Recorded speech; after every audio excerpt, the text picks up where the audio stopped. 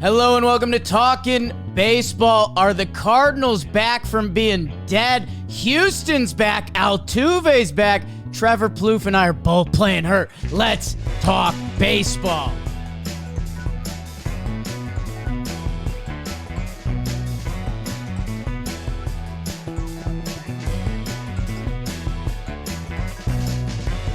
Woo! Hello and welcome to Talkin' Baseball, presented to you by SeatGeek, the geeks of seats. With code TALKIN, you'll get $20 off your first purchase at SeatGeek. They've got 70,000 events every single day at SeatGeek. Sports, concerts, festivals. Go to something this weekend. Go to a game. Go check out your favorite team. Are they sinking or swimming?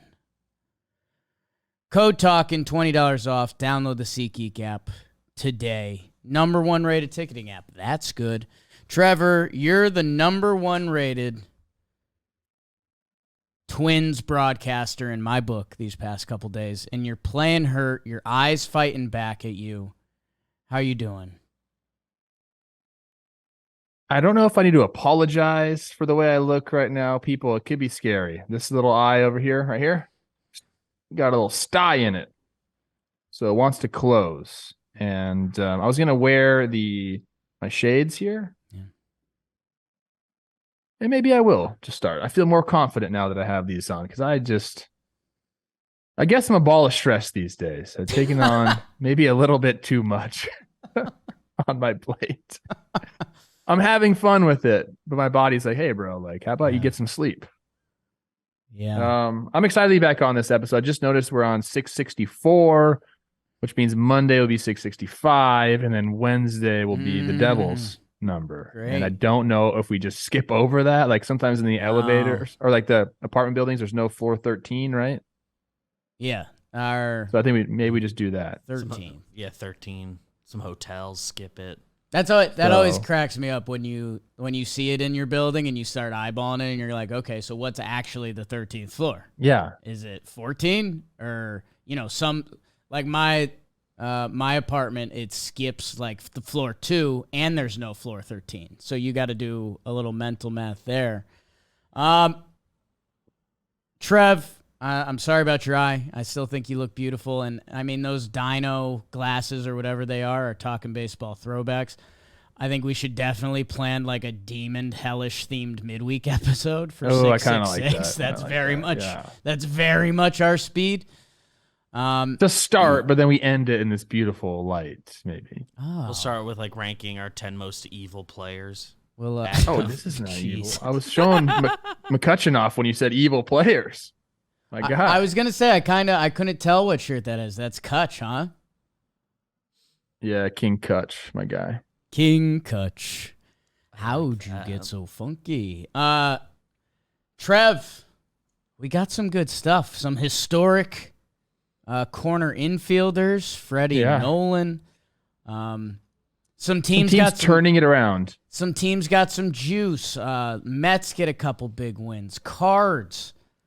Boston's got pitching depth now. Full pinch and Pev going to the pin. I don't know if they got pitching depth or if that's more of just like a struggle bus thing. Got guys. Let's figure it out, Trev. And Friday means we start in the National League. And the National League is brought to you by Warehouse Games and Blitzball Battle. Guys, I guess this is somewhat on the record or off the record, but like it's killing it on our end. We've gotten 50K subscribers since the start of the tournament or something like that. 50K, I think, in the last like week. Each video keeps becoming the biggest video. Our editors and production team does an incredible job on it. Trev's in there. I'm in there. Big game this Sunday for me and Jimbo against Joe's and Pinstripe Strong. It's an all-time. It's literally an all-timer. First elimination game of the tournament. So if you've been watching, you already know, and you're probably telling your friends. If you haven't, give it a check out. And the live chat is insane. We had 4.4 thousand. 4.4 thousand people watching live, and it's gone up every up. We might get to 5K this Sunday at 6. So go check out the Warehouse Games as we go check out your National League. Trev, maybe the team of this episode, the St. Louis Cardinals. They've been hot. They stay hot. They take 2 out of 3 from the Brew Crew, and they open it up with 18-1. Jack Flaherty. You guys need to be tougher on Jack Flaherty. I know he's your friend. Well, guess what? Jack went 7 shut piece, and somehow Wilson Contreras caught him. Unreal. Big blowout win. Edman, Gorman, Arenado. Brewers get that second game, and even after Wade Miley leaves early with injury, but they take the lead. Brian Anderson solo homer in there. Devin Williams, his longest career save to get it done. But guess what? Doesn't matter. Matthew Liberator, he was the piece in that Randy Arozarena trade. That curveball's a pretty lefty curveball. And man, the Cardinals get it done, and they get it done last night. But we're not talking about that series. People are talking about people. Rockies, Reds, pump it into my veins. Rockies take 2 out of 3. You might hear some Brenton Doyle now and later. He puts together a couple big games. Profar getting on base for them. The game since he wins that middle game, Williamson makes his debut for them. Nick Senzel with the big go-ahead homer. Rockies, I feel like we talk about them winning series. In that NL West, tough out there. Because the Giants sweep, Trev. Your favorite coaching staff in baseball. They sweep the fighting Phillies. Hello. How are you? Conforto with a big day in the office. And you know if the Giants are winning, Tyro Estrada is involved. I love the bullet. Taijuan Walker doesn't make it out of the first for the Phils. Giants get themselves a nice little sweeper-rooney. So do the Marlins. I feel like those teams are in the same boat. We like them. We don't know what to do with them. We need them to win more. And they did this past week. They both sweep. Marlins sweep the Nats. And you know they're going to have one-run wins, 2 of them. In those first 2 games, Jorge Soler with the walk-off 2-run homer in the first. And man, these young, talented pitchers, Luzardo, Cabrera, and Yuri Perez. Man, it's why we get excited. Although Jazz Chisholm does go to the IL, we don't like that. Fish get the sweep, and that's what happened in the National League, Trev. You're so good at this, bro. Good at this, little horny. In the National League, the Atlanta Braves are on top, 27-16. Over those second-place Marlins. 23-21, 4.5 games back. The Mets are a game below 500. You'll hear about them in the Interleague. Phillies got swept, 20-23. Nats, 18-26. Okay, Nats. The Milwaukee Brewers lead the Central Division 24-19 with the Pittsburgh Pirates a game back. The Cubs and the Reds have identical numbers in the standings, 19-24. Ooh. And the Cardinals, a game back of them. After that horrific start, they're starting to make their way back. Dodgers are on top of the NL West, 28-17. D-backs, 25-19. Those two are really head and shoulders above everyone else. Giants jump to third at 20-23, a half game up on the Padres. Oh, and they're a game up on the rock pile. So, Trevor, in the National League, I kind of teed it up, and I think it's the biggest topic of this episode, especially now knowing last night's result. Cardinals are starting to make everyone wonder. Did we try to bury them too early? Did we get too excited about a horrific April? The answer usually lies somewhere in the middle, but where are you at with them, Trev? I told everyone that you can't, or you could have sprinkled a little bit on this team when everyone was pouring on them, when they decided that Wilson Contreras wasn't their catcher after a month of the season and a 5-year contract to be their catcher, when they had all the clubhouse issues. There's just too much talent on this team. There really is. And there are some holes. We talked about, the depth in the starting rotation.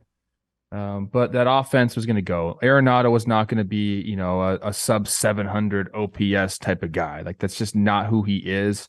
He's a Hall of Famer. He's going to get it going. And once that happens, they talk about it. Hitting's contagious, man. Things start to happen.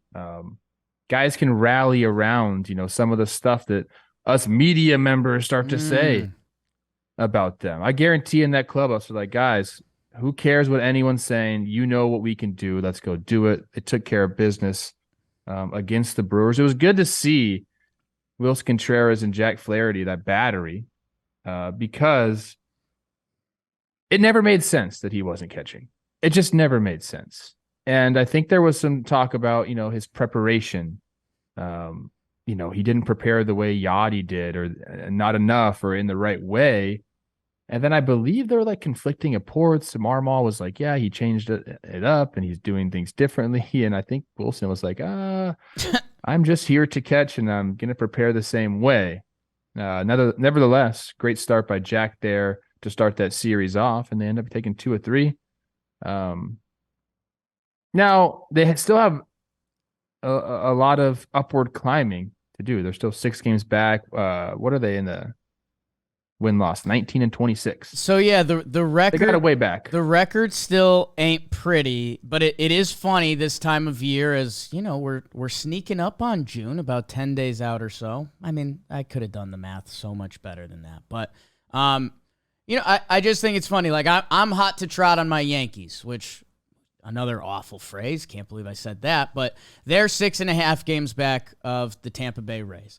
The Blue Jays are 6.5 games back of the Tampa Bay Rays.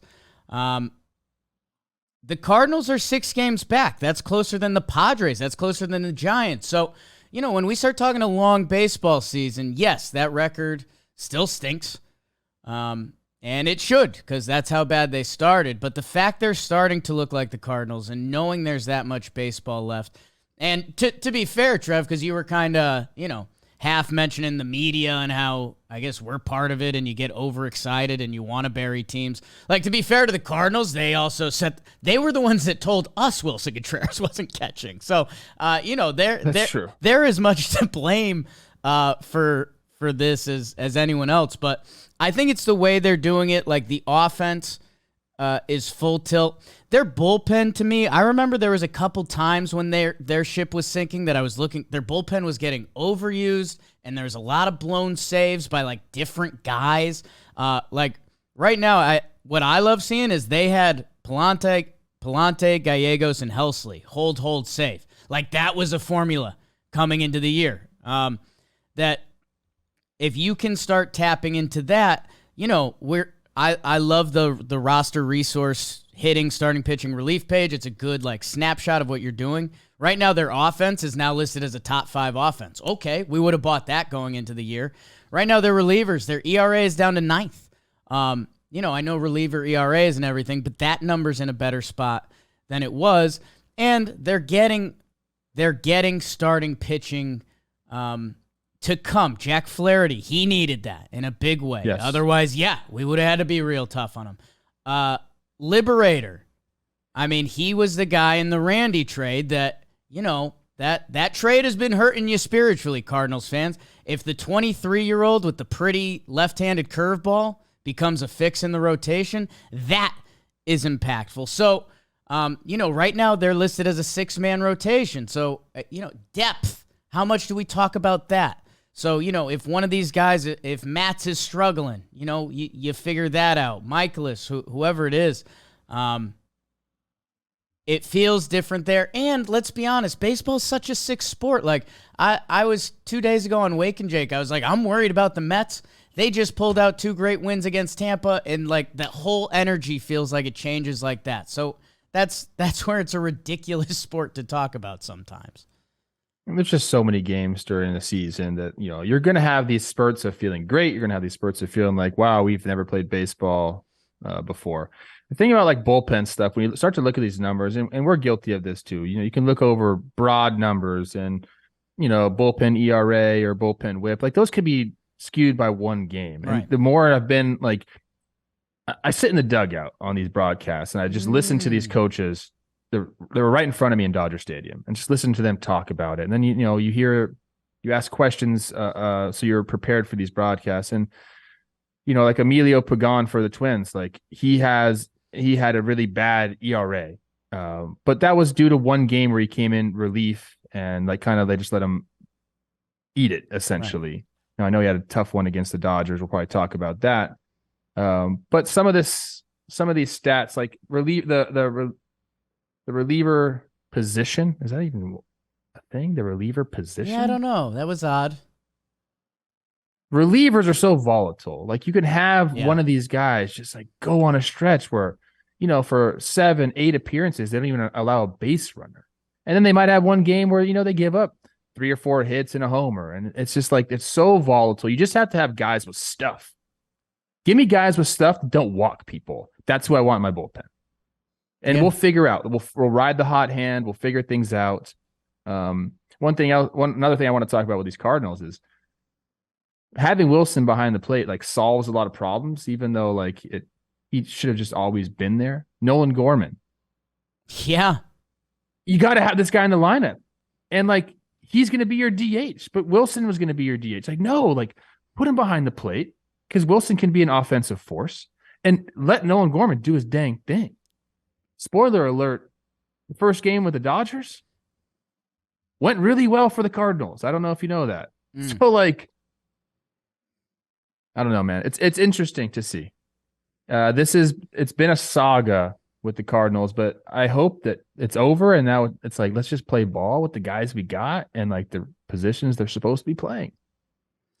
Makes sense to me, and Nolan Gorman, what he's doing right now, he's one-dotting, and it's 12 homers. It's so crazy. Like this guy was a top 50 prospect for 3 or 4 years. He comes up, he has a solid rookie seat. Like he's got a positive OPS plus, but almost like that prospect shine had faded away a little bit, and people didn't know where he was going to slot in with the Cardinals. And guess what? You have a one-dotter OPS. We'll find a spot for you, kid. That's the That's the secret of baseball. For any of my little leaguers that are listening, and the coach tells you, hey, make sure you're versatile and you can play every position. If you can hit, they'll find a spot for you. I promise. I promise you. Yes. Okay, little Jake demons leaking out. Are you talking to like yourself? I don't need to talk about it. Back to the Future. And yeah, I think the other funny thing is because I placed a bet on the Cardinals when their number was plus 425 a couple weeks ago. They kind of got going. Our social team has been happy to run with that because it causes some drama. I don't think the story has changed at all. Like this division was supposed to be Cardinals and Brewers, and I think that's what it's building up for. Like I realize it was an awful start, and sometimes shit gets away from you. Look at like where the White Sox were and where they got to. That can be baseball. But also I guess if you're a Cardinals fan, A, it was time to get going, and B, it's good to know that your team has this in you, because guess what? You're going to lose a series coming up. That's how baseball works. But knowing that your team can do this is huge for fans and the team. Yes, 100%. I mean, I don't. Do you really think it's Brewers Cardinals in that division? We're not going to give anybody else a chance. I mean, I know the Pirates have really come down to earth. The Cubs are kind of like just hovering there.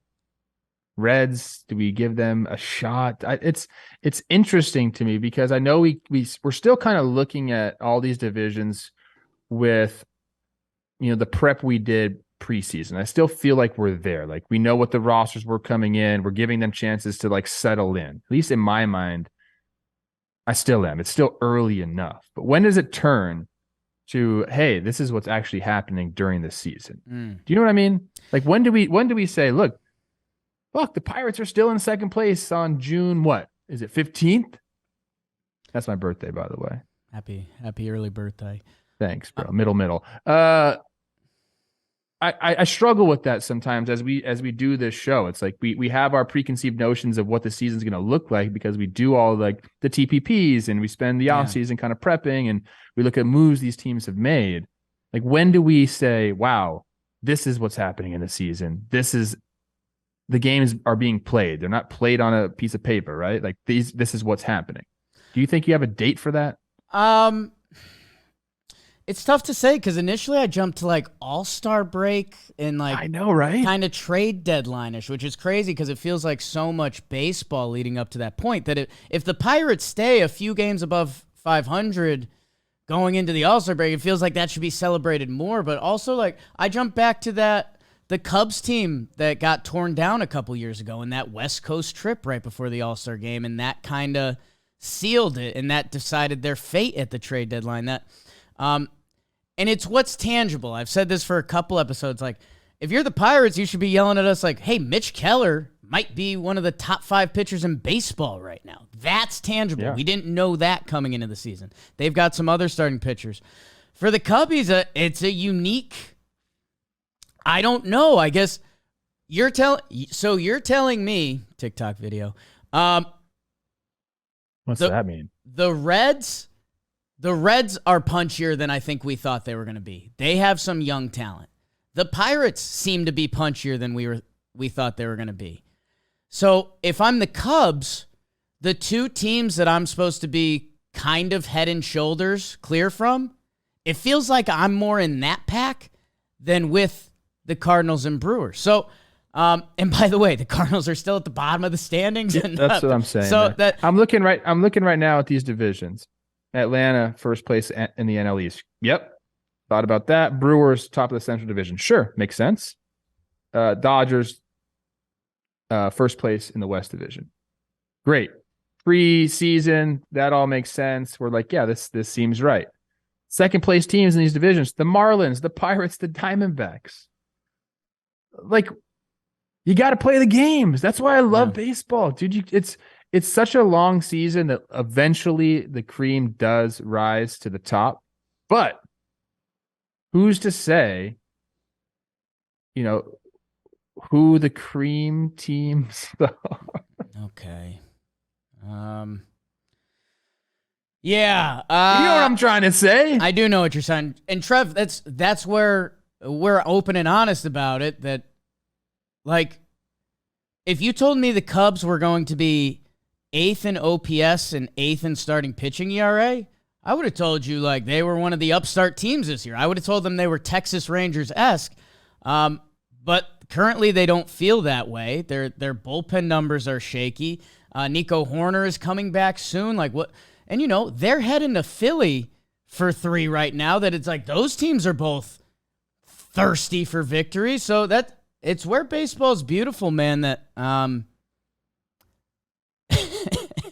I guess it's where me and Trev don't want you to change the channel, but a lot of this shit, we don't know. Oh, well, of course. We know nothing. We're just Look, hot. every team has their origin story, dude. Like, when does it start? Yeah. And you're Giants. Yeah. What? You're Give me a always compliment. You're always no, it wasn't you. I was saying from the fan perspective, you're always looking for that moment. Like the Mets were dreadful, and then does a Pete Alonso walk-off homer and a let's fucking go Mets? Like, does that change your season? It can. That's the sick part. That's the sick part. Can it? I don't know. Ooh. History. Giants sweep the Phillies. Yeah, man. These are your two teams in a way. Yeah, for sure. They're both my two teams. This was a great series for the Giants. I got a great stat here. Giants. How about an origin story? Giants bullpen origin story. They entered Wednesday with a third worst ERA in the majors. This is why bullpen ERA kind of stinks. In this series, they allowed 3 runs in 15 2/3 innings pitched. That's how you get it done. Like game 1, you have a big, I think it was a 6-run second inning. Starter gives you what he can give you, and then the bullpen comes in and does it. Like this is how you win baseball games. Like having your bullpen step up like that. This is how you get sweeps. Like you hit enough, you give your starter gives you enough length. No one really had a great start here. Stripling had to come up because he was injured. Cobb goes 3 1/3, walks a bunch of people. Alex Wood goes 4 2/3. Bullpen comes in and steps up. The offense does just enough. They won the last game. I think it was 11 singles, no extra base hits, and they win 7-4. That's crazy. My guy Doval, 3 straight saves this week. I like that a lot. Giants, man. Yeah, I don't know. I don't know what to do with them. Jock and Yaz are on the IL. Conforto has a big series. He's a guy that, if his season went either way, we would have said, yeah, that's baseball. So he has a big series, gets the OPS plus over 100. That's a guy I'm rooting for just because it felt like the baseball gods dealt him a tough deck for a little bit. And yeah, I guess Phillies fans, let us know, because it feels like it's been a roller coaster. It feels like dig a hole, get back to 500, dig a hole, get back to 500. And I don't know, where are your guys' emotions at? Is it enough to say, like, I feel like what we always say about the Phillies is, like, they don't care. This is the regular season. They'll find a way to sneak into the wild card, and because that's what we saw happen last year. Is it necessarily going to go that way again? No, it's not necessarily going to go that way again. Do we think this is a team full of really good players that's going to turn it on? Yes, that's what I believe. But sitting right now, what are they? They're 20-23. 20-23. 7 games back of Atlanta. I don't think they're in a wild card spot right now, obviously. But I think the right thing to say is they'll be all right. You think? I mean, that's what we're gonna find out, man. Good teams aren't making the dance this year, and I don't know who it is. And if other people like the Marlins continually keep trying to join the party, Jazz goes to the IL, and for me, he's been if the Marlins are gonna be a part of this season, like I think Jazz has to be on MVP vote list. No, instead, they call up another freak show pitcher, and maybe this is the year they just pitch enough to do it. I don't know, dude. Yeah, Sarris has a great article that just dropped today on The Athletic or in The Athletic. That new Athletic Eno just dropped, bro. The new Eno just dropped. Wake up, eh? I think it's on The Athletic because it's not like a physical. It's on The paper. Athletic, yes. On The Athletic, Yeah. okay. And he talks about Sandy and there's really no rhyme or reason for the reason that he's struggling. Like everything kind of looks the same. He's getting affected a little bit by the shift. Like BABIP's up on him, primarily because of that. So you got to expect there's going to be a little bit of regression in his numbers because of it. But I'm looking at their roster resource page, the Marlins I'm talking about, and they're 2 games over 500, I believe. Second place in the NL East. They don't do anything particularly well overall. Their numbers, like, there's nothing there. We talked about this before, so like it's just interesting to me. Yeah. Like you'd think you go to these pages, hey man, they're keeping pace. I think they're a wild card team right now, if I'm not mistaken. But nothing really jumps out to you except starting pitchers Ks per 9. They're 3rd in the league, so they strike people out, which is nice. But even though they do that, they're 20th overall in WHIP. So people are on base. Yeah. It's interesting. I haven't watched enough Marlins games to get the gist of it. I feel like I could nail it if I wanted to. Like they throw the shit out of the ball and they score just enough runs. So Solaire's doing all right. Need more offense. Trev, and they've got those 1-run games, which, hey, does that carry throughout a whole season? Because then your team feels like magic. If the bottom falls off on that, things change quick. They've got a big road trip. Schedule watch. West Coast trip for the Fish, San Francisco, Colorado, the Angels. Let's see where they're at in 10 days. Because that's if you can check that box, if you can put a 6 for 4 on your West Coast trip, that's big. And Trev, it's something I forgot, and I'm going to give us homework assignments. The fucking Marlins coaching staff are our guys. Yeah. John Jay is your dude. Pipe is my guy. Like we gotta get the inside what's going on. 14-1 in 1-run games. I mean, that is that's why you're 2 games over 500. That's crazy. Solve the puzzle. And know who just came back for them, Trev? JT Chagua. Oh, Hey, who plays shortstop for them? No, I don't want to. I don't. Do it. Oh, Joey Wendell. Joey Wendell would beat your ass. I want a headlock. Those calloused hands all over your neck. Trev, Rockies took 2 out of 3 from the Reds. I think we're You're gonna hear about. There's going to be some Rockies love later. Shout out Brandon Williamson for Cincinnati. Had his MLB debut in a really nice start. Let's do some American League Baseball. Let's do it, Poppy. How's that sound? Yeah. Somebody want to bring it to us from someone? It's brought to you by Topps Bowman. Of course it is. Number 1 in the card game. Goes back to 1948, people. World War II, we're talking. Trev, what card you got there? Oh, just a signed Evan Longoria Bowman Chrome rookie card. High T.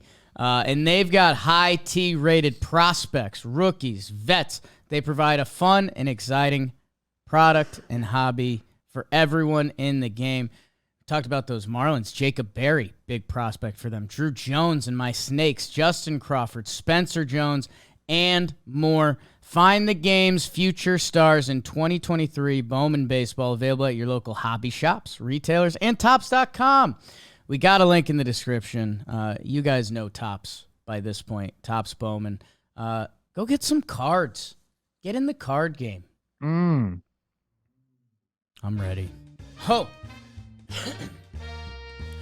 O's, Stros, and Natty Bows. The Orioles and the Halos teed it up for 4. And we've got a split. And Angels went bread, Orioles went meat. How about it, kid? Shohei Day on that first one. And yeah, 7 innings, 5 earned. That's not great. But he comes up, a hit short of the cycle. Triple homer, 3 RBI. Renfroe puts in his work. Those middle games, I see him, Mountcastle. Kyle Bradish with a big start for the Birds. And then on that final day, shout. You might as well shout with Trout and Ohtani.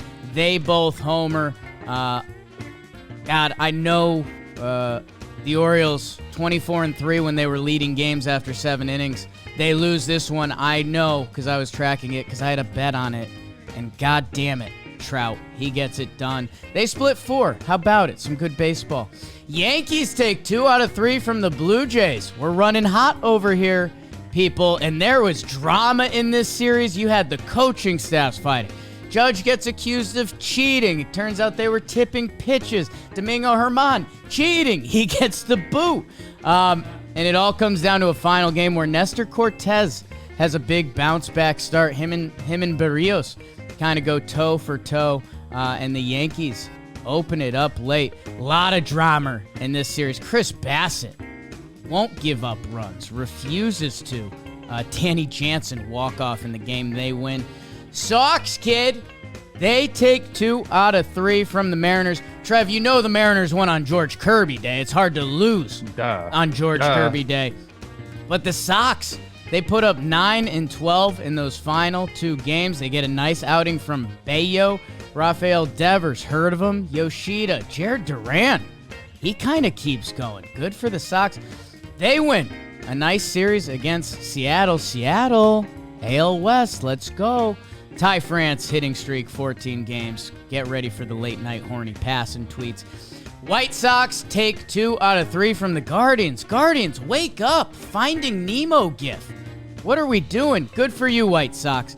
Lance Lynn drops it on the table, and so does Clev, more or less. Jake Berger, Moncada, that Louis Robert, he said that's how it normally gets pronounced. I'm going back to it. Cleveland, they take the final game to salvage the set.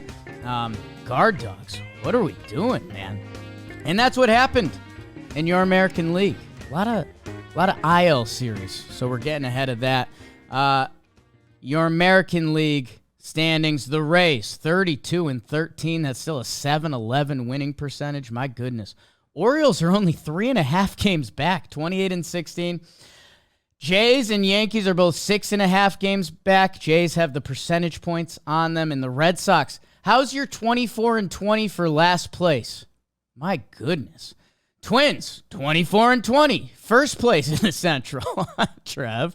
Guardians are 20-23. Tigers, third place at 19-22. I can't believe how many losses the White Sox have, and the Royals are behind them. Rangers, 26-17. Houston Astros are 2 games back. You'll hear about them in a little bit. Halos are a game above 500. Mariners are a game below 500. And the Oakland A's got their 10th win, a .222 winning percentage. Wait, hold on. Ew. They're what? They're 10-35, Trev. I don't like it. That's Yeah. not okay. It's not okay. To be fair, they don't either. Except I had a joke ready to go, and then you just threw me off with that one. I didn't know it was 10. What was your fire joke, dude? I was going to do Joey Wendell voice talking about, the AL East is so hard. Get over it, guys. If you're in the AL East, get over it. Play better. I don't know what to tell you. Relocate. Get out of here. Trev, in any other division, we'd be in first place. Okay. I'm not going to comment on that, and I won't talk. Is that a good Wendell voice, though? It's pretty good. It was not bad. I won't talk too much Yankees, Jays. You can go listen to Talkin' Yanks if you want that, and our commenters are split down the middle when we talk Yankees. So why didn't you talk about them? It was a big series. These guys only talk about the Yankees. So, Trev, I will let you say your piece about Yankees, Toronto. There's drama, drama on every level. Okay. I mean, I don't know. I think we're going to talk about, like, the game within the game more than the actual games in this series. Look, Aaron Judge was looking at the first base coach to get what pitch was coming, essentially. I'm telling you people right now, it's not cheating. If your pitcher's showing the pitch to the first base coach and the first base coach relays it to the hitter, that is called being good at your job.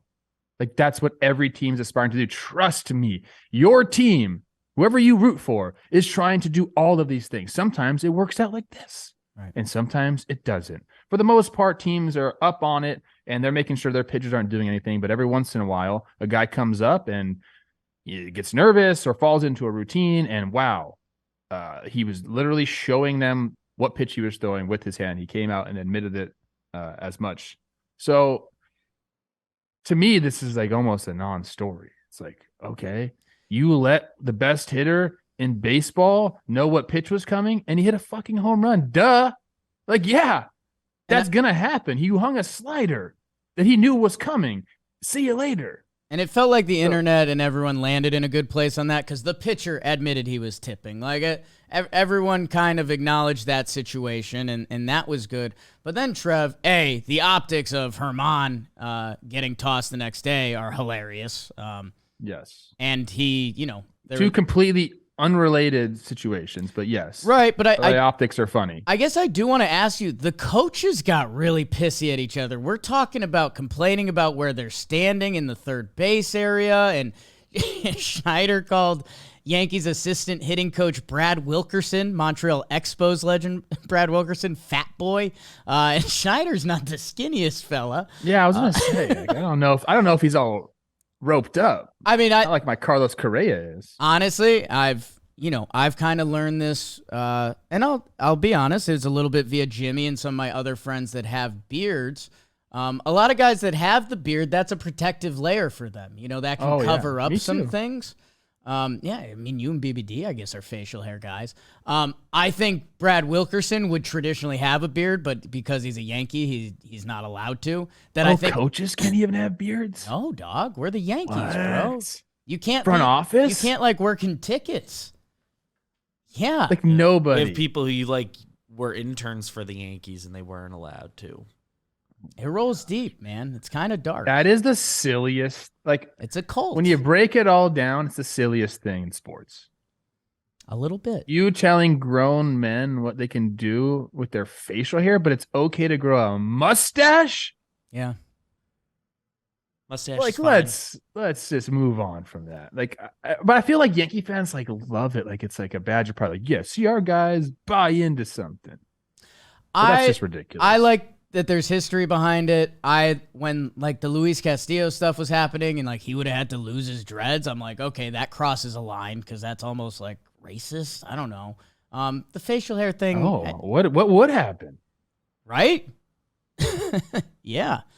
If Luis Castillo had to cut that pretty hair, that would have been a sin for everyone. Luckily, they don't have Luis Castillo. So I guess I want to ask you, because, I mean, Herman, sticky stuff, we saw this, and you heard some other bubblings about him because he almost got tossed by the same crew against the Twins. And then I guess I just want to know, do you remember your coaching staff, like, hating other coaching staff? Because there's real vibes like that. Oh, yeah. Like, the coaches, Domingo Herman, like, just figure it out, bro. Like, use what's available to you and stop doing this. Like, it's not good for your team. You're down a player, right? You can't replace him on the roster. So, like, that hurts your team. So, like, just whether he's actively trying to cheat or not, I don't know. I don't think he is. He just, like, doesn't know the line with rosin and sweat and whatever it is, pine tar. Well, and Trev, figure it out, bro. Literally, the same thing happened, and this same umpire crew made him wash his hands and come back out. So for him, he never got penalized for doing this. Trust me, I heard all about it in the Twins dugout. It was a talking point for them. Figure that out, Domingo. Like, come on, it's silly. And as far as the coaching staffs, what you got to realize is these guys are around each other more than the players are around each other. We always talk about the brotherhood that happens because, in the clubhouse, you're around your teammates more than you're around your family during the season. Right. More hours spent awake around each other. Coaching staff is the same way. So these dudes, it's like a little army, like a little platoon of dudes. And like, they're very protective of the team and what's going on in the field. So yes, I've seen many times coaches chirping back and forth. It's a hard job. It's stressful. And so sometimes situations like this occur, and like, the get in the box thing, I think that's hilarious. Yeah. I've told coaches all the time, get in the box. I wish there was a box that they had to stay in. I think there should be a box that they have to stay in. It's silly that they can just go way down the line with a guy in scoring position or way back in certain situations. Like, just, there should be a box. And do we even need base coaches anymore? For real. Ooh, now we're talking. For real. Like, do you think the game will be better without base coaches? Let the players decide what to do. I know you can't look behind you where the ball is, but maybe that's a skill that we would see some guys have and some guys not have. What do base coaches really do? It'd be interesting. I mean, that's some late night Trev thought process. Sorry, I don't know how I got there. I wasn't even thinking. It just came to my mind. It's interesting. It'd probably be slightly less of a product because you'd see a couple more base running errors. But I don't know. No.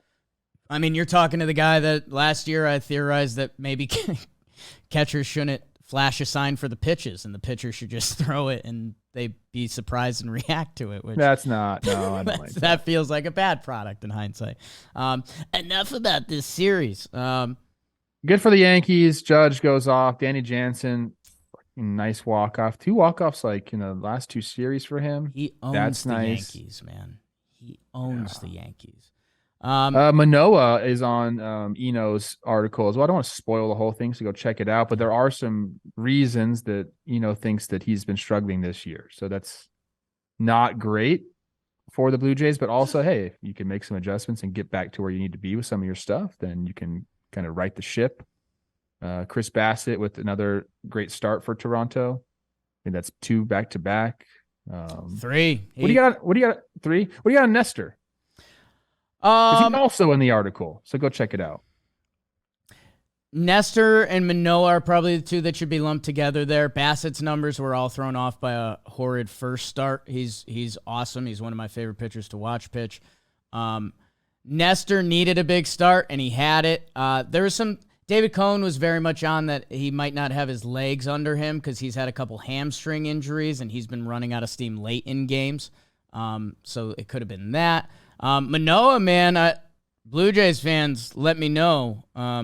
Trev, his stuff just didn't look as sharp, and I guess the numbers back it up that I don't know if it's injury, I don't know if it's fatigue, or if it's just a bad stretch, but it felt weird because, man, he's such an alpha dog when he's right, and he was, he's nibbling and hoping you get yourself out, which just felt a lot different. Hey, been there. Check out my blitzball performance this series. What pitchers, it's so interesting because we talk about how they're able to make adjustments so quickly now.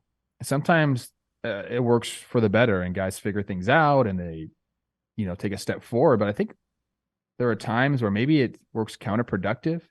Right. Imagine being Manoah and knowing your sliders not moving 3 inches, which I've been trying told to is a figure lot. something out with it. Yeah.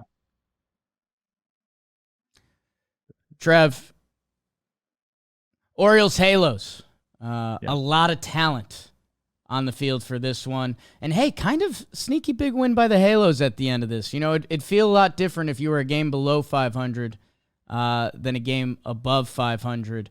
And man, I don't know. You get some Shohei show. I tweeted out something and people were mad that he gave up 5 runs, and it's like, oh my God. I mean, he had 3 RBIs, so I guess net over those 7 innings, 2 runs. He's a freak show. Dean Kramer deserves some love. He's won his last 3 starts, and they've been against big boy teams. Bradish has looked really good for the Orioles. We talk about their need for starting pitching. I still think that that's probably, going to be huge for them at the trade deadline. But in the meantime, you got these guys stepping up saying, hey, let's just do it internally here. He looked really good. Ohtani's been struggling pitching-wise. I think the last 3 starts have been pretty rough for him. Almost hits for the cycle on Monday. Yeah. I think he was a double shy of the cycle, I believe. He had the triple, had the homer. And then there was a big play in the last game. Yeah. Angels ended up winning 6-5, and Adam Frazier, remember when he got traded? Yes. That one time? We'll talk about it eventually. But ball off the wall, Hunter Renfroe. Yeah. Guns him down at second. That was not like an easy play whatsoever. And he made it like kind of look easy. Should have been on second base. I believe Cedric Mullins hits a double next batter or later in the inning and would have tied the game up. But Hunter Renfroe said, nah, don't be doing that. And that is something we've seen him do throughout his career, man. I think is he one of the more underrated ball players in the big leagues? Trev, it's the weirdest case of what you're going to get. And I think for some reason that's not sexy. His career OPS, 790. You know what his OPS this season is? 790. On the nose. He's got 10 homers in 43 games. Quick math. He's on pace for another right around 30 homer season. And he's like an outfield assist king. So, yeah, it's almost like we know what he is. And, all right, your turn with Hunter Renfroe batting 5th and 6th and being a solid ball player. I love it. I'll see the Angels up close and personal. I'm going to head down there later today. I'll see Shohei throw on Sunday. I'll see my dog, Patrick Sandoval, go up against my Twins. Joe Ryan starting for us tonight. That's a high. Look at my eye, dude. That's a high T. Wake up, left eye. Golly. Shout out to Estevez out of the pen for the Angels. He's been really good. And Yennier Cano, just continues. And there's been a bunch of articles, and saw a cool Twitter thread the other day about him and his story that he's really cool. I guess his sinker changeup are like the number 1 pitches that have ever like matched up together from one guy that you literally can't. Nobody's hit the changeup. Yeah. I think there's been one hit on it all year or something like that. Let's Gio see. Urshela mentioned first base now officially his most played position this year, and that's funny. I love Gio. Okay. I love Gio. Mariners, Red Sox. Your Mariners, Trev. What do you got here? George Kirby, 6 2/3, 1 earned run. And then the Red Sox get to Castillo early on in the game. We know they can bang, and they did it to one of the best pitchers. Pivetta gets knocked around a little bit in that game too, but not as well. I guess the Boston bullpen holds, and the Red Sox continue to score in that game. And then Brian Bayo, great start. We've been waiting for that. Our good friend Jared Carabas, that's how you say it.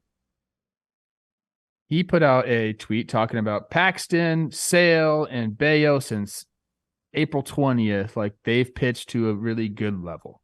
And I'm happy for the Red Sox in that regard. Like, let's figure some of that starting pitching out to match your offense. The offense has been going. And like you said, 4 games over 500. Like, this is a team that could turn it on. I expect them to be active at the trade deadline as well, trying to get back really in the mix. I know they're in the mix now, but like really in the mix. Really, really good series for them. And the Mariners are still kind of just like floundering there, like not really figuring it out. So I've been asked many times to pronounce them dead. I'm just not going to do it. Just not. They had that last year. I'm not going to do it again. Yeah, they offense. That one game they scored 10. The other games, Sox put up big numbers, and their offensive numbers on the year are kind of tough. But Ty France is going 28th in OPS, 20th in homers. They're not really stealing bags. They are 15th in runs, so they're manufacturing it somehow.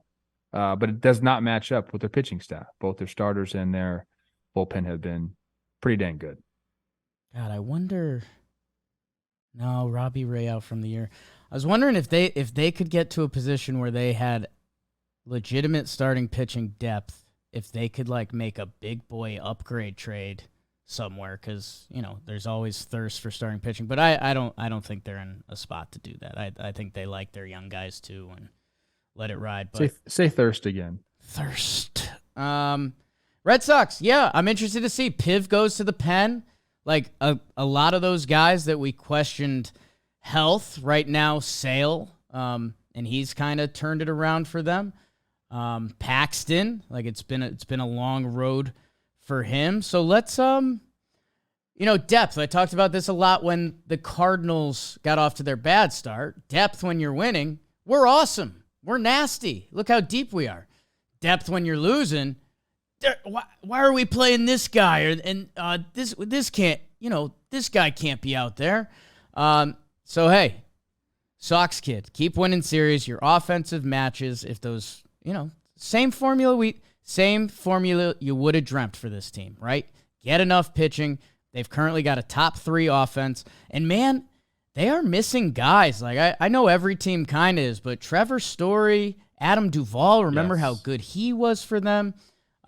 Adalberto was like an off-season episode for us. He hasn't played. Whitlock's hurt. John Schreiber goes on the IL this series. So, doing it with the injury bug. And, hey, how about this? Schedule watch Storielli. They're going on their West Coast trip. Padres, Angels, Snakes. Let's see where the Sox are at in 10 days. Those West Coast trips are brutal, man. Mariners, vamo. Quick recap. White Sox, Guardians.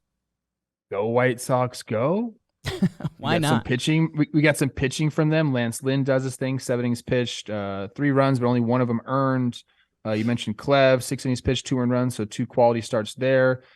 Dylan Cease is also in Eno's article, so go check that freaking thing out. We love Eno. It's on The Athletic. Luis Robert is kind of going for them.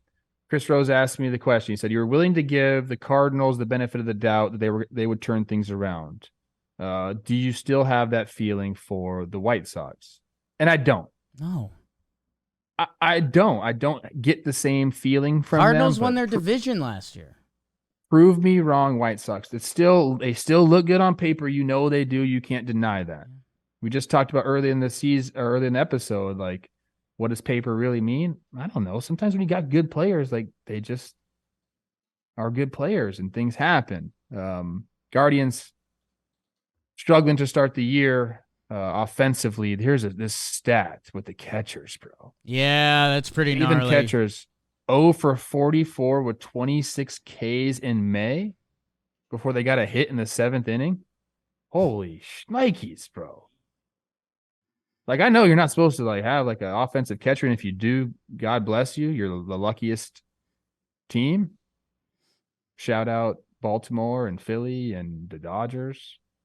I'm missing some, obviously, but that's a eye-opening stat. White Sox got the Royals and the Guards coming up again. I don't know. They have so many losses in the loss column.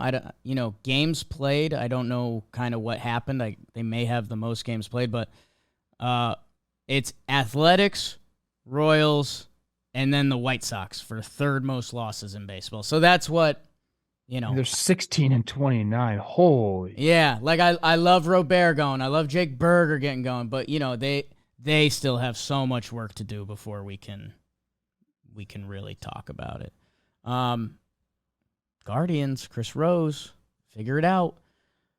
You want to do a little IL? Yeah, Poppy. Yeah, Poppy. I love you, Poppy. I love you, Poppy. My Arizona Diamondbacks win a series scheduled tweet against the Athletics. They get 2 out of 3, and the A's walk it off again. They've got a couple walk-offs recently. Go crazy, Oakland. Ryan Noda, thick legs, saw them in person. Otherwise, we should be talking about my guy Perdomo. Lourdes Gurriel homering in that first game. Ketel Marte, Ryan Nelson, and Merrill Kelly with good starts. Hey, Oakland wins a game. Dom Fletcher, big throwout at home, and he keeps breaking like rookie hit records for them. Zach Gallen killed a bird. We'll talk about that later. The Texas Rangers and the Atlanta Braves. Here's 2 good teams, Trev. Except opening night, the Braves just rolled on them. The Salt Man, Charlie Morton. Offense puts up 12, starts against MLB debut for Corey Bradford. Hey, kid, here's the Braves. Knock yourself out. Braves take that second game. Dunning's thrown with either arm and a nice start. Nathaniel Lowe, like him a lot. Rangers win that game 7-4. And the Braves, they take the final one, although Adolis, 2-homer game out of him. Braves win the series. Good bounce back for them. Spencer Strider, 8 strikeouts in 12 consecutive games. Jesus. Evaldi's scoreless streak stopped because it just had to at some point. Trevor, your Houston Astros sweep the Chicago Cubbies. Alex Bregman, you asked him to ring the bell. He did it a couple times. Game 1, Game 2, or Game 3, excuse me. That outdoes a Seiya Suzuki effort in that final game, a 2-homer day for him. Jordan and Javier in the middle game. Houston, oh boy, we said we knew it was coming. It might be coming. And Jose Altuve joins with the boys tonight. Hello, Royals. Take 2 out of 3 from the Padres? Padres win the first game behind a dominant Michael Wacha start. One hit over 7 innings. But Brady Singer, he gets the job done. And man, Bobby Witt Jr., MJ Melendez, my guy Pasquatch, I know he homered. Royals, their road record's kind of okay. And Padres, fellas, wake up. We're getting picked off first twice. Soto gets tagged out at home on a wild pitch by Chapman that bounced back. I don't know, man. I don't know. Trevor Plouffe, you were there as the Dodgers took 2 out of 3 from your Twins. Your first game ever goes 12 innings, a walk-off walk. Hilarious. Twins win the second game. Bailey Ober drops it. Farmer Buxton, and then the Dodgers do their thing in that final game. Mookie Betts, James Outman, they're having nice years as the Dodgers continue their winning ways. And the New York Metropolitans looking for rock bottom as they lose to the Rays in that first game. Verlander gets booed a couple times, Paredes and Ramirez. But Pete Alonso, the walk-off homer in the second game. Tyler McGill and Pete Alonso homers again. He's got a little homer streak going on.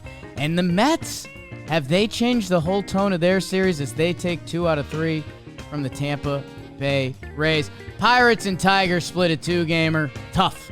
Gotta be honest with you. The highlight for me, Rich Hill and Miggy Cabs sprinting to first base. That was the highlight of the year, I think. That felt like warehouse energy. Just two dogs trying to figure it out on the fly. Reynolds, Rodolfo, some of the names having big games. Riley Green, I see you, kid. And I think, Trev, that's what happened in your interleague play. Let's just get that Pirates-Tiger series out of the way. And matchup right there, Rich Hill, Miguel Cabrera, they face each other for the first time. I believe it was on my birthday, June 15th, 2005. 5. What were you doing in 05, Beebs? That would have been very end of second grade for me. Yeah. Oh my gosh. I was in Beloit, Wisconsin, being a horrible baseball player, hating my life. Breaking girls' hearts, if I remember correctly. Around that time, I broke some hearts. Yeah. Couple. 18 years later, those two guys going at it. And for that to happen, for the sprint to first base, and Rich Hill kind of getting it going. He's 43. Miggy Cabs is 40. Yeah.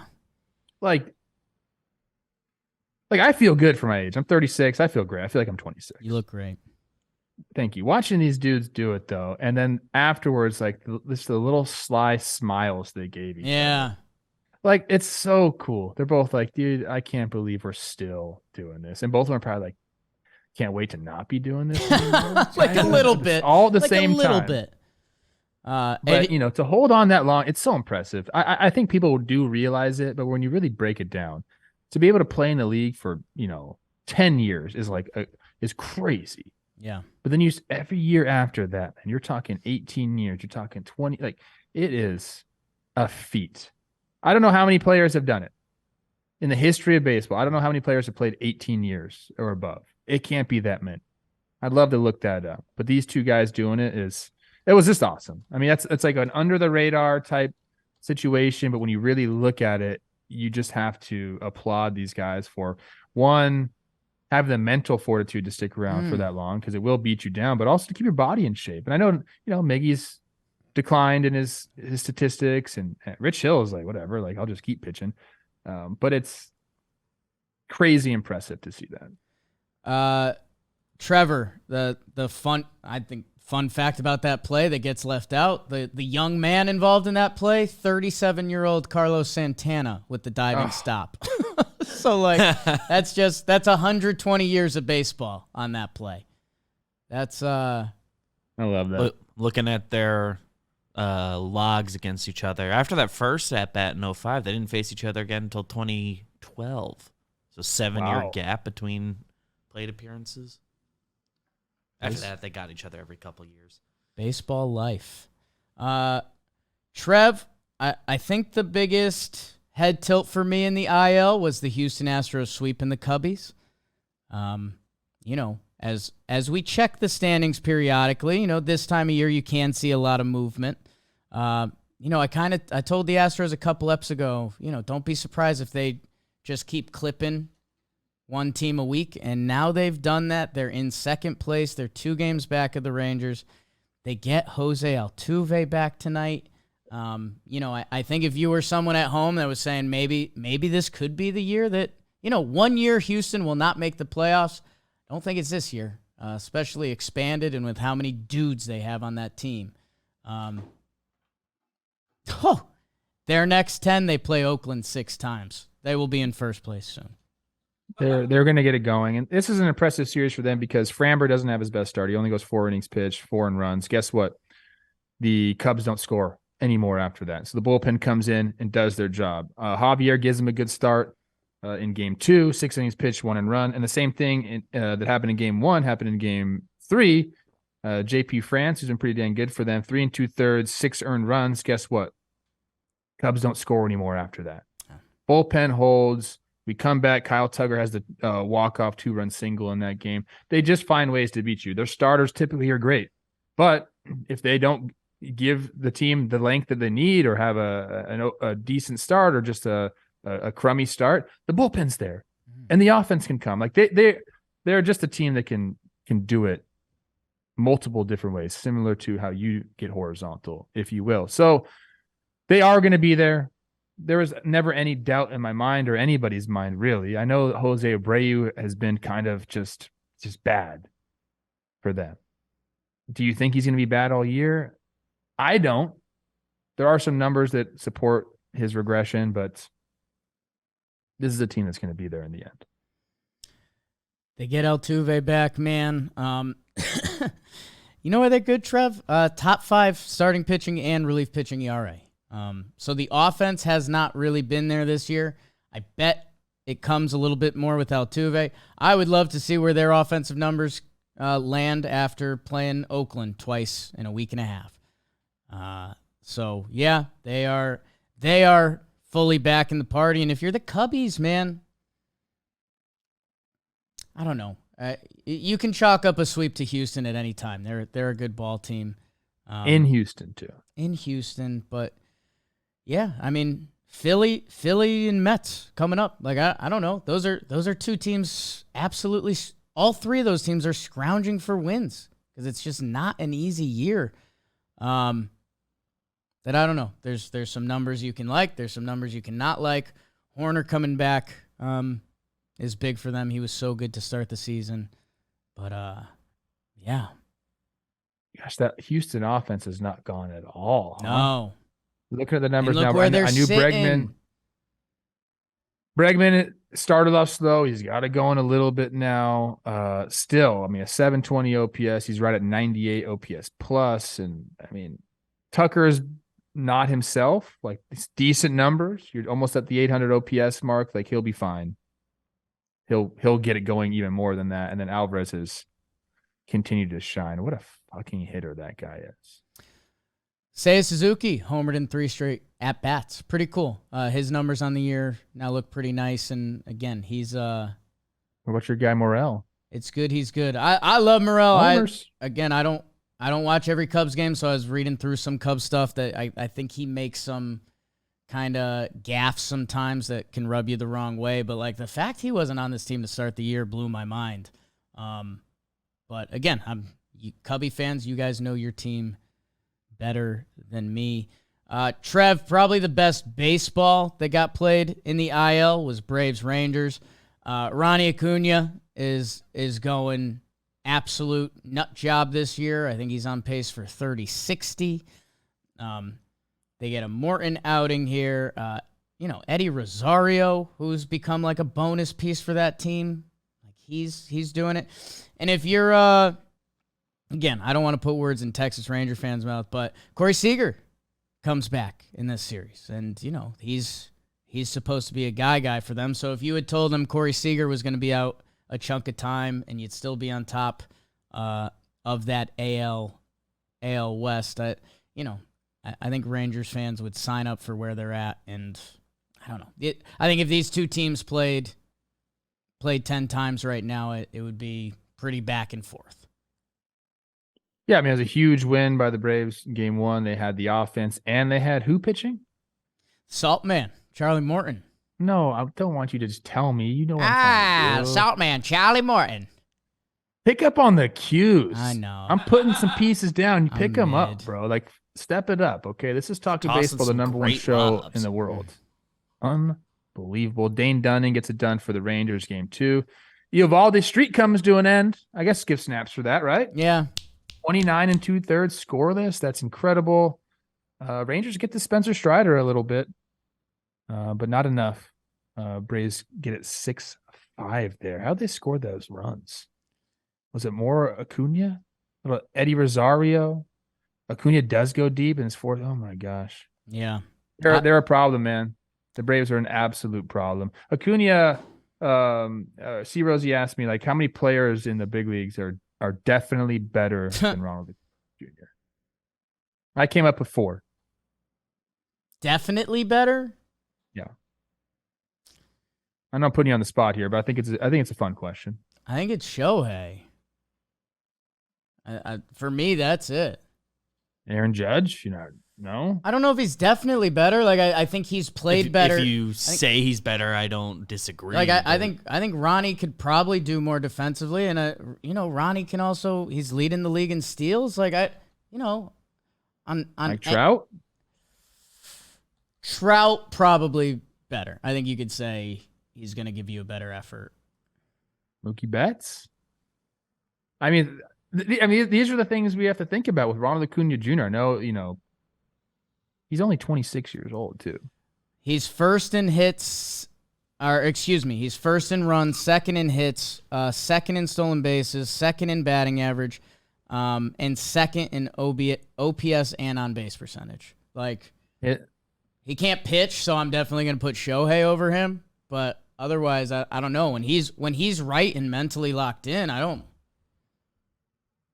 So just so you know, this is one of the funnier baseball savant pages you can go look at because everything is red. 99th percentile, 90th percentile. His outs above average, defensive metric, first percentile, like 1. So he does not rate well metrically. He gets really bad jumps on balls. But how much do you believe in defensive metrics? You just talk to his manager. He says he's a Gold Glover. He gets great, and he's a great defender. And I think if you watch the games, you have that perception. Like this guy, for the most part, like you can see some routes that aren't great, but this guy can play out there. I think he's got the hardest ball thrown in the outfield this year too. So his arm strength is the 100th percentile. Like he can do it all. It's a fun question. Anytime you put out rankings or something like that, people are going to get mad. But I'd be interested to see if people want to comment. See right here in this little box. If you're watching on YouTube, tell us how many players do you think are better than Ronald Acuna Jr. right now? 25 years old. Ronald Acuna. He's 25. I thought he was 26. Okay. 25 years old. Ozzie Albies putting together a nice season for them. Rangers, hey, Seager's back. Go back to winning games. Trev, I've got some snake stuff for later, and they take 2 out of 3 from Oakland, which I don't, again, the 10-35 Oakland A's. They get another walk-off win, which you got to be happy for those guys that are out there day in, day out doing it.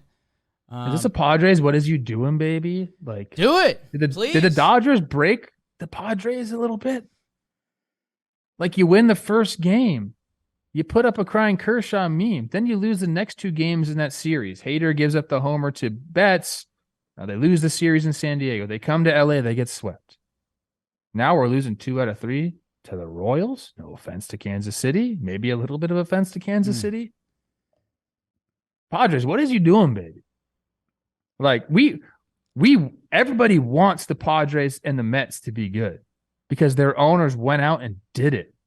And the Rangers, too, for that matter. We want all those teams to be good because they went out and spent money to improve their roster. But we need to get some results on the field for 2 or 3 of those teams. Trev, you think the Padres have a pretty decent lineup, right? You've talked about that top of the lineup a couple times. 30th in batting average, 22nd in OPS. Like, it just hasn't been great. 27th in runs.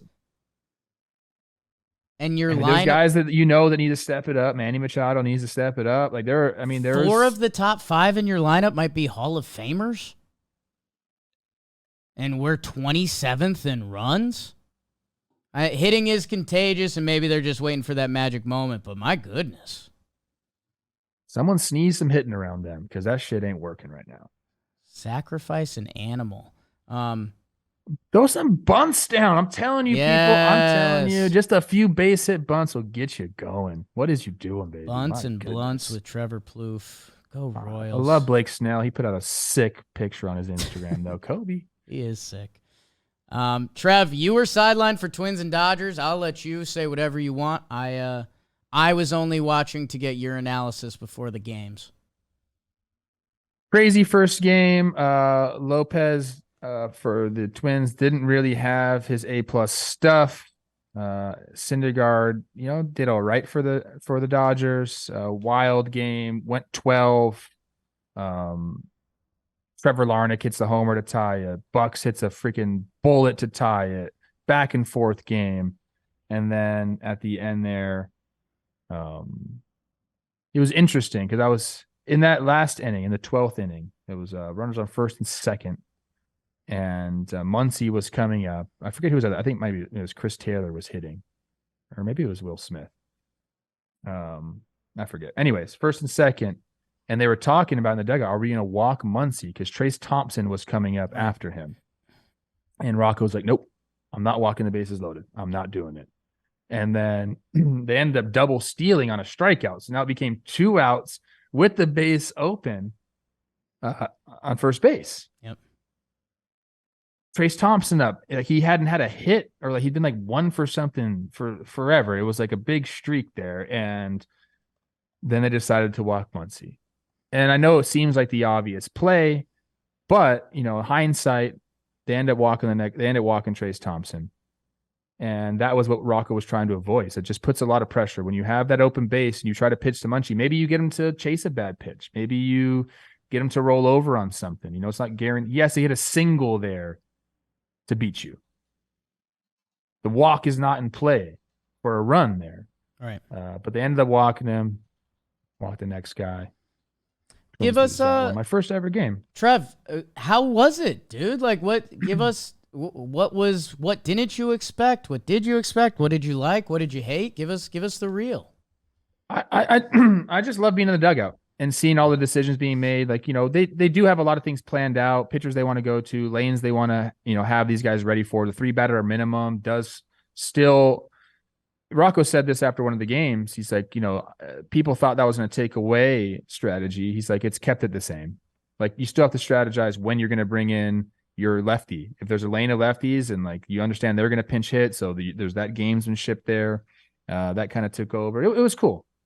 I love the vibe of the dugout. The Twins have something special going on. They haven't hit their stride offensively yet. They've been really poor with like bases loaded and runners in scoring position lately. And that was these games. In the first game, they had bases loaded, nobody out, and didn't score any runs, and ended up costing them. But overall, it was a good series for them, I thought. You know, they had their chances. I know some of the scores, like the 7-3 score, seems like they weren't in it, but that was a grand slam by Outman in like the 7th. Yep. And you know, he'd been like really struggling. He just jumped on a first pitch and hit it out. But it was fun. Bailey Ober, this 6'9" dude, I gave him a nickname in the pregame show. I said, he's the Nightmare. Ooh, and I told him after the game, I said, hey, bro, I gave you a nickname. He's like, what is it? I was like, the Nightmare. And he's like, all right, I like it. So luckily he pitched well, because if I give him a nickname, the Nightmare, and he doesn't pitch well, it's bad. But no, the Dodgers are relentless. That's my takeaway from this. And I knew going into it they were, because we talk about them all the time. They're relentless. They never stop, dude. They never stop. You can't. It's like they just keep your head underwater, bro. They never let you up for air. They don't. Yeah, and I think you might hear more about Frederick later. He does a little history. Trev, I was happy for you. You know, Liv comes to the game. She says you're looking hot. I know what that does for you. Yeah, it's big for me. You know, now I got this eye thing. The kids are there. Any good player exchanges like Miggy Rowe? Any of the Twins guys? I didn't see a ton of the Dodgers. To be honest with you, I was really just kind of making sure I talked to the guys on our side to get some tidbits. Kyle Farmer's kind of like my guy. He reminds me a lot of Brian Dozier, and he's had to step up at third base for them. They had Jose Miranda there. Right. Didn't work out early in the year, and Farmer, remember, he got hit in the face by Lucas Giolito. He showed me the picture. Holy. Like, it was just a hole. Like, teeth were gone, lip was gone, and he's back, you know, from a very scary situation. He's crushing the ball. And I told him, I said, that's so impressive, dude, to get back in the box like that. Nick Gordon, that sucks. He fractured his leg. Yeah, him and Joey Gallo in the same inning, I believe, foul balls off of that. Maybe it wasn't Gallo and Polanco. All got every other inning in that game. Yeah, it was tough. And Gordon, you know, he fouls that off, stays in for the at-bat, takes another swing on it. So. Nope. And then Dustin May left. That sucked, because it was really fun watching him go up there. And I guess I'd be remiss to mention, I mean, the boos for Carlos Correa. Oh, my gosh. Relentless and loud. And he had a really bad series offensively. Joe Kelly Fight Club, remember that? Yeah. Trev, the final IL series, Rays Mets. Mets take 2 out of 3. The final 2, a little bit in dramatic fashion, and boy, did they need it. Yeah, the Rays win with an opener day one. That's got to hurt your feelings if you're the Mets, especially when you have Verlander going up against him. He gets touched up a little bit there, but then Senga has a good start. McGill has a good start. And I've mentioned this on Baseball Today. It's like, you look at that rotation, Verlander, Scherzer, Senga. You're like, okay, those guys, like, Senga's look good so far.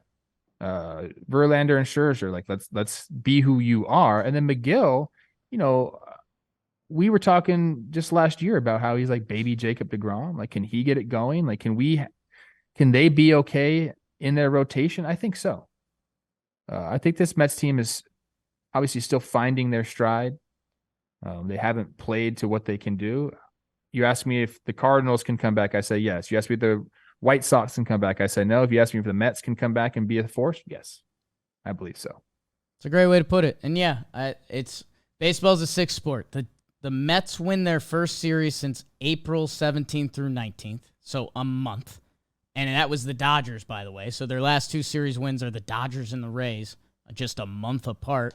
And the Rays, who had an undefeated April, they have a 4-6 road trip. So, but they lost 5 of those games by 1 run. By 1 run. But yeah, it just shows in baseball, nothing's safe. And even they get Pete Fairbanks back, their guy and my guy. And he just gets hit in his first game back. And Jason Adam, who's been so good for them, he's been touched up, I think, 3 of his last 8. So yeah, even hanging that little slide piece. Don't hang that. Don't hang the slide piece. For the Mets, you got your young guys all back to back to back. That's interesting. Vientos, Beatty, and Alvarez. We saw the Brewers get a little spark from their young guys early on in the year. Vientos, I talked about this week with C. Rosie on that homer. He goes 1 for 4 in his season debut. He played last year a little bit. Got that long finish. Bat looks like Ryan Braun. How Ryan's bat just looks way too long for him. Same kind of finish. I mean, that's got to get the juices flowing a little bit if you're a Mets fan.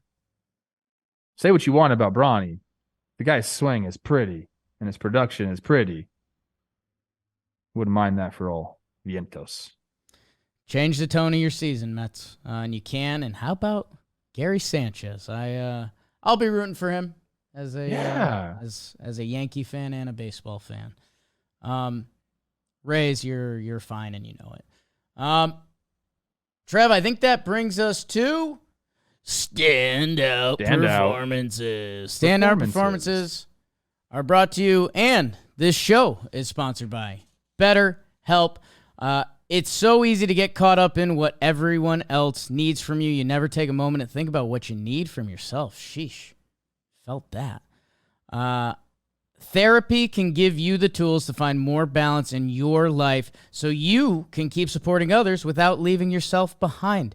If you're thinking about giving therapy a try, BetterHelp is a great option. Convenient, flexible, affordable, and entirely online. Fill out the questionnaire, get matched with a licensed therapist, and switch therapists if you need to at any time, no additional charge. Find more balance with BetterHelp. Visit BetterHelp.com/TalkinBaseball today. Get 10% off your first month. That's BetterHelp, HELP.com/TalkinBaseball. You know there's a link in the description. Trev, who is your standout performer?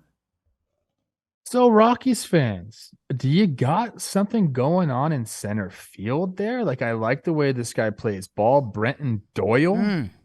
On Monday, he went 3 for 4 with a double, 2 homers, 3 ribbies, 3 runs. He had another good game in the series. Jake, how often do we talk about center field and the void that it really is in the big leagues? People think the premier players play center field. They don't. They just don't. And by the way, it's a big one out in Colorado. You got to be able to go and get it. Usually that's what center field is turned into. Put somebody out there that go get it. We'll worry about the offense later. Brenton Doyle on the year, man. He's got his OPS up to 839. The on-base percentage has to come up. That's at 293. But 4 homers and 55 at-bats, 6 stolen bases. You got to like that. Playing some good defense out there. 25 years old. He's from Virginia, Warrenton, which my dad's name is Warren, so I saw that, chuckled a little bit. Trev, Shepherd University in West Virginia. Ever heard of it? No, I was just about to say that. I know a lot of schools. Shepherd University, that's a blind spot for me.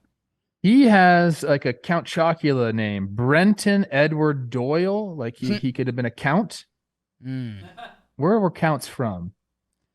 His Transylvania, right? England?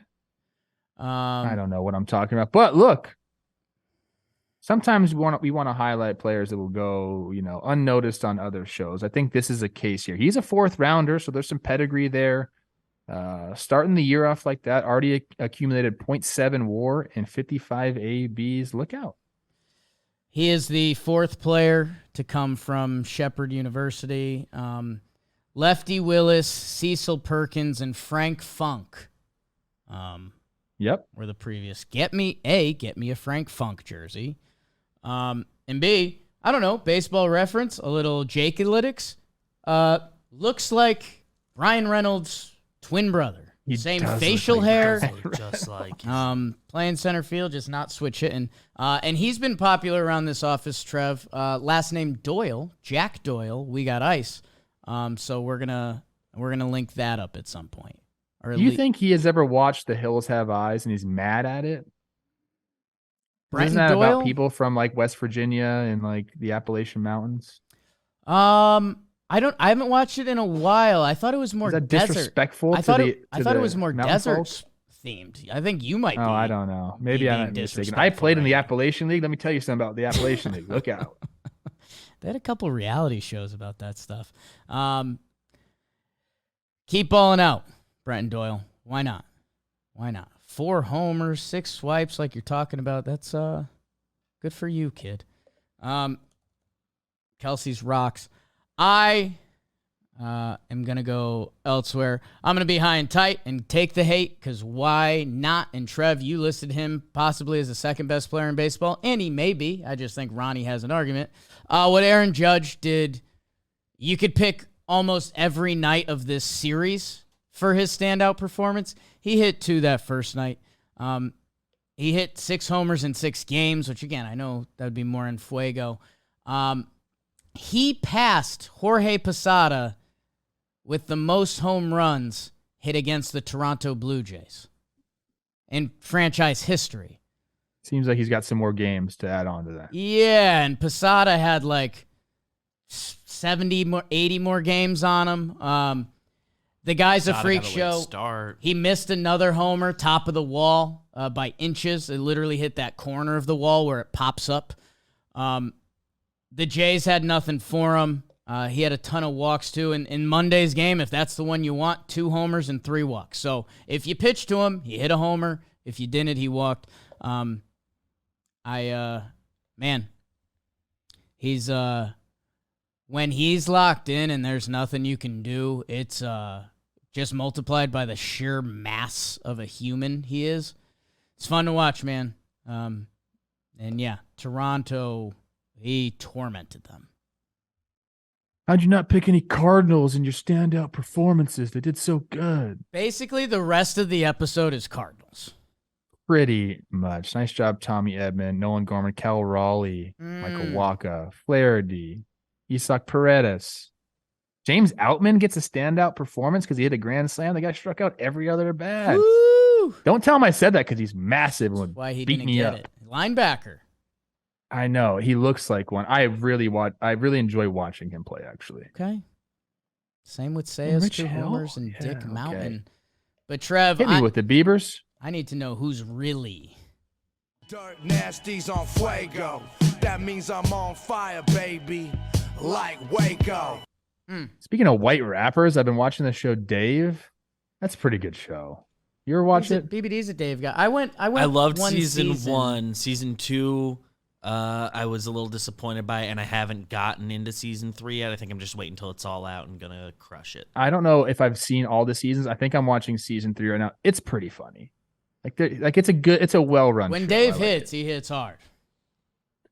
In the series, St. Louis shortstop Tommy Edman, 8 for 12, a double, a homer, 2 ribbies for a 1.667. Side note, Edman was banged up in Thursday's games against LA and left due to lower abdominal soreness. So send him some good vibes. How about this guy? Remember when this was a thing? Orlando Arcia, the shortstop for the Braves. What are we doing? What about Marquise? What's his name? Not Marquise. Vaughn Grissom. What about him? 5 for 9 in the series, 2 doubles, 2 homers, 5 RBIs. That's a 2.11. Alex Bregman, we challenged him. Come on, get it going. He was 5 for 9 in the series with a double and 2 homers, 5 ribbies, 2 walks. He also got hit by a pitch. For the week of Cinco de Mayo through 5/18, is that a week? Because that seems like it's more than a week, Dalton. Might be 2 weeks. I don't know what's going on here. Could be just a typo. Aaron Judge, we mentioned him, 9 for 26 with 6 homers and 12 ribbies. Even a stolen base to boot. Nolan Gorman goes 11 for 22, 3 doubles, 4 homers, 12 RBI. Hey, he's your DH, St. Louis. Wilson Contreras is your catcher. I want to remind you of that. Seiya Suzuki. We love talking about this guy. He's been a good player in the big leagues. Yeah. 8 for 21, 2 doubles, 4 homers, 7 RBI. He becomes the first Japanese player to hit a homer in 3 straight plate appearances in the majors. That's a cool stat. That's really I cool. like that a lot. For the 2 weeks, Nolan Arenado has been going off. Yeah. 17 for 52. That's 327. With a triple, 7 homers and 20 RBI over that span for a 1.126 OPS. He's also stolen a base. I got to see Nolan Arenado steal some bases. I feel like it's not pretty. I don't know why. Arenado? Yeah. He don't run well. You don't run. No. You don't need to. Chris Bassett. Yeah. 3 games started, 23 innings pitched, no runs. 7 walks to 20 Ks. Guess what? No runs means for your ERA. It's a 0. 0.7 whip over that. He hasn't allowed a run since April 30th. Whoops. How about Pittsburgh? Oh, talk about Pittsburgh more. We will. What about Dory Moretta? Your 5 guy. games, 6 2/3, no hits, no runs, no walks, 11 Ks. Jake, if you have no hits and no walks, what's your whip? I'd say 0. You were too Yeah. slow right there. Second highest swinging strike percentage over the last 2 weeks with pitchers who have thrown at least 5 innings pitched. Pitched, 5 innings pitched. That's silly. He hasn't allowed a hit since April 30th either. What's up with April 30th? Well, Pitcher.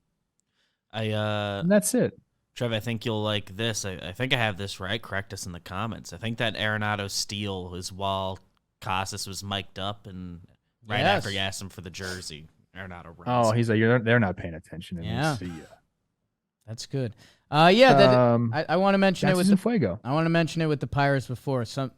You mentioned Moreta. Man, they've got some guys in the bullpen that, Holderman, Bednar. I think Stevenson's given them a few good outings too. That, that's no one had the Pirates having a, top 6 bullpen ERA coming in the season. If you could keep that going, that matters. Trev, a beautiful, and Fuego. There is a ton of injuries. I'll give you the bad, then the good. TJ Friedel, IL. All these guys went on the IL. Rendon, Crone, Rhymes, Peterson, Voit, Boxberger, Jesus and Jazz from Miami. Hate that. Schreiber, Wade Miley, Dylan Carlson. Okay, Cardinals depth. Nick Gordon, Ian Hamilton for the Yanks, Dustin May, Seth Lugo. He'd been really good. And Jose Trevino for the Yankees. We're waiting to hear on Belly, Machado, Naylor, Gallo, Polanco, Stripling, and Verdugo. They kind of all left with injury. We'll see what happens. And then back from the IL. Yeah, as I mentioned, he was out. He's back. C. Dick, Adrian Martinez, Wallach, Joely, Pete Fairbanks, Garrett Crochet back for the White Sox. That's a name I haven't heard in a long time. Obi-Wan, Corey Seager, and JT Shags, Sex Crew, a.k.a. Trev. What? That brings us to awards. And guess what? Needed it. No real ad here. Buy a shirt or watch our shit. There's the ad. Trev, what's your award? Oh my gosh. There is a movie that's kind of a guilty pleasure of mine. I always tell people, go watch The Warrior. It's an MMA flick with Tom Hardy, and there's another guy. It's a really good actor in it. I forget his name. The old He's in guy, a lot of right? stuff. Edgerton? Oh, Taron No. Edgerton? I don't know. I could be completely off. Please go look that up. Anyways, I always tell people to watch that movie. But I don't think that's a guilty pleasure movie. I think it's just a phenomenal flick. A guilty pleasure movie of mine is when I need to get a little riled up and I'm feeling like a little low T. I need some fighting. I need some yelling. I need some good cinematography. I need some wars. I need some battle strategy. I need some death. Okay? Oh, The movie 300. yeah. It's a guy flick. I don't know, dude. I don't know if girls like that movie. I think some of them do. Do you like that movie, Jake? I like the movie 300. I mean, 2006, it was the perfect time to be watching that movie. And there's some just iconic scenes. Me and my buddies to this day, it got texted me today, we will fight in the shade when they start laughing at them sending bow and arrows. Like, there's some scenes in that movie that are awesome. It's a lot, that movie. Yeah. So this is Sparta. I'm gonna kick you into the pit. Yeah, that was a big opener. See you later. Guilty pleasure movie. If you need a little pick me up, go watch it. You know who else likes 300? Freddie Freeman. He hits his 300th homer in grand fashion, if he will. It's a grand slam. It happened last night against the Cardinals. He's the 144th player in history to hit 3 homers and have 1,000 RBIs. He's only the 7th active player to do it. Some of the other names that are active that have done it. One is my best friend, Evan Longoria. Yep. But Miguel Cabrera, Nelson Cruz, Joey Votto, Paul Goldschmidt, Nolan Arenado, who just got to his 1,000th RBI as well. Freddie, to me, is a guy that, obviously I think about him with the Braves and what he's been able to do there. But when you go look at his numbers, like they're kind of eye-popping, dude. Like, he's a good hitter. But go check out just how good he is. A 386 career on base percentage. He slugs too. When you got a guy that can get on base and slug, you got gold. Almost 2,000 hits. He's accumulated 50.8 WAR. I got him in the Hall of Fame. Like now. Yeah. Like I got him in the Hall of Fame now. And he's still got years left. He's signed through 2027. So he's going to add to these counting stats. He's like the consummate professional. Like he puts in his work. He doesn't strike out. Like he chokes up and battles with 2 strikes. Yet here he is with 300 homers. Like he's just a complete hitter. And my favorite thing about Freddie Freeman is that he's from California. And I never associate him with Southern California. I never do. I always have him as a Georgia boy for some reason. I don't know. But he's a California dude. He's won a Gold Glove, 6-time All-Stars. He's won an MVP. He won the World Series in 2021, 3-time Silver Slugger. He's always worn number 5, which I think is cool. And he's always worn the sleeves. That's something to do with his mom. He wears the sleeves no matter the temperature. I remember Freddie Freeman as like a 18-year-old in AAA. I was playing against this dude, and he had sleeves on, and I asked him about it. What do you got sleeves on right now, bro? Anyways, he's been a banger since then. At that age, I got to look up the stats. I think he was hitting like 340 or something in AAA at that age. And I was like, this guy's legit. People were talking about him then. Fucking 15 years later, we're still talking about Freddie Freeman, and we will forever in baseball because I do believe he'll be enshrined in the Hall of Fame. He's a stud. So happy 300, Freddie. Go watch the movie. Get fired up. I don't know. Trev, I'm dissecting this more and more because I actually think when you sprinted out last episode, I talked Freddie because I think he's my best pure hitter in baseball. And that phrase means a lot of different things to different people. Pure hitter, you could go pure contact. For me, Freddie checks every box. Contact, on base, power, like whatever you're looking for. And I think what it is, Trev, there was a little bit from 2010 to 2015, Freddie Freeman was really good. 285, 367, and 832 OPS that for 6 years we learned young Freddie Freeman and we're like, okay, and all his numbers are pretty consistent. Since then, since 2016, he's a 309, 399, 940 OPS. Like he took a jump now for coming up on 8 years. There's a lot more bold in the past 6 seasons than there was in the previous 8. So it feels like he's still like going up. It feels like he's more comfortable, that veteran knowledge and just his short, simple stroke. Mm-hmm. Man, he top 10 in the MVP voting the past 5 seasons. And I don't know if people think of him that way. One more, I forgot to mention this. One more note on Freddie Freeman before we get to your award. In the postseason, he's played in 11 series, OPS 947 in 201 plate appearances. Whoops. He's about to beautiful family too. I'll say that. About to cross 2,000 hits soon, 300 homers, 72 swipes. Don't care. Like him a lot. And by the way, it's where that Ronald Acuna question gets so tricky. Like, pick between Freddie Freeman and Ronald Acuna. I don't know. think Freddie Freeman could be called a better baseball player, but I could easily see Ronnie being called a better baseball player. That's where There's some good ball players out there. Speaking of Trev, this is a award I may have given out on this show or, Talking Yanks before. It's the Wringer Award. I didn't read a lot of books in school, so when I did, they kind of stand out. Especially this one. This was really a sick puppy. The Wringer spelled with a W. I don't even remember what the book was about, but it was this kid that was killing birds and wringing their necks. What the fuck? And really, that gave me a lane to talk about Zach Gallen, who basically killed a bird. I know it was fluttering around after, but the Randy Johnson video that we never thought would be replicated. Zach Gallen did it again in his warm-ups. You see the ball come in, cracks the bird, ball goes flying, bird goes down. Zach Gallen has almost a disappointing start for him, 7.2, 2 earned runs. The standard is the standard.